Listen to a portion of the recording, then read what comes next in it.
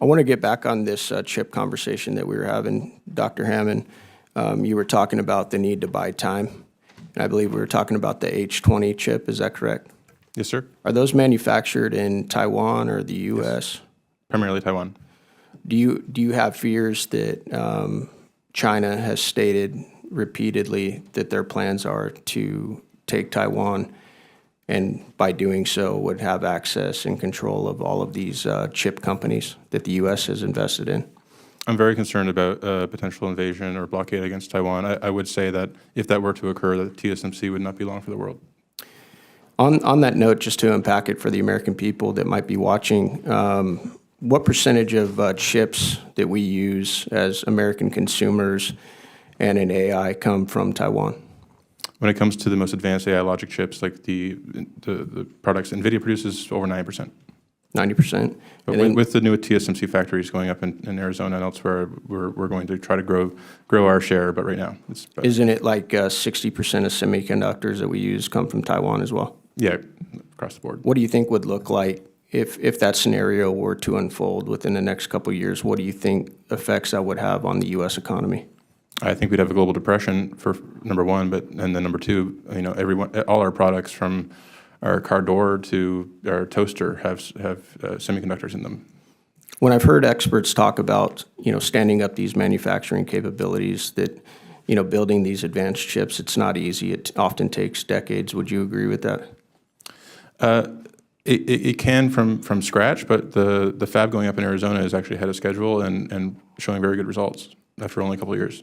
So you think within a couple of years we can be producing these most advanced chips right here in the United States? If similar style, like if a CHIPS Act 2.0 were to come across, we could do this again. Yeah. Ms. Fabrizio, you talked about other eras within history, like the invention of the internet, and you compared that to AI to kind of make your point that, anytime there's been serious innovation within industry, it often leads to new jobs, other fields that we don't even yet know about. Do you think that that's coherent and fair looking at what we're facing here with AI? Do you think it will be similar? Do you think AI will be a lot more disruptive for jobs and the economy than anything we've ever seen?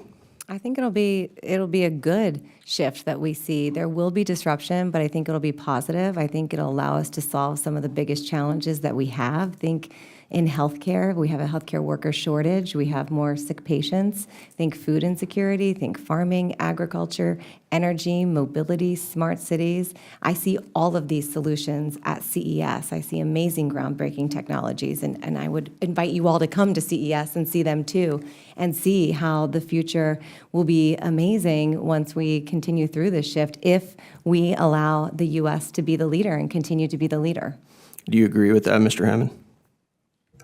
Yes, I'd add a component to this. A vital component is cybersecurity, infrastructure security, right? So it's one thing, we need these data centers in this country, first and foremost for sovereignty, right? If we're going to be running a third of the economy through these data centers, if they're going to be contributing to GDP, they should be within our borders, within our jurisdiction. But then that also creates a single point of failure, right? If the power goes out today, we're still able to have a conversation. But in the future, if the world is running on AI, that's a huge critical piece of infrastructure that could be taken out. Yeah, I think we did a hearing on this same topic probably a couple months back, and one of the AI titans, we brought in an article, and he said within the next 1 to 5 years, like 50% of all entry-level white-collar jobs are going to be gone. So you think those folks are all going to be able to find new jobs? Well, I don't think those jobs will be gone. I think there will be different jobs, and those people hopefully will be focusing on upskilling. They'll be using AI. We've all heard that AI won't replace people, but people who use AI will replace people who don't. And so that is how I look at it, and I do think that is the shift that we will experience. Okay, so you guys don't think this is going to be like one of those times where we told coal miners, hey, when your plant goes under and we get rid of it, we're going to teach them how to code?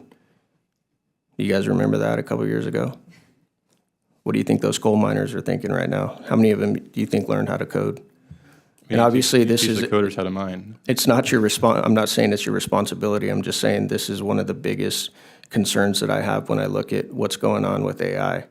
I agree. I think upskilling and investing in the future workforce is extremely important, and it's something that we have to do, and we have to bring people along. But that involves education. It starts with STEM education early in AI and continued investment there, and being future looking. I get it, but a lot of these folks that already have these jobs, they already got their education that in many cases are going to be worthless. Would you agree, Dr. Turner? Oh, of course. I think what you're actually pointing out, Congressman, is that we need to do more research on this, and we need a little bit more data before we jump in here and start asserting what we think the workforce will look like.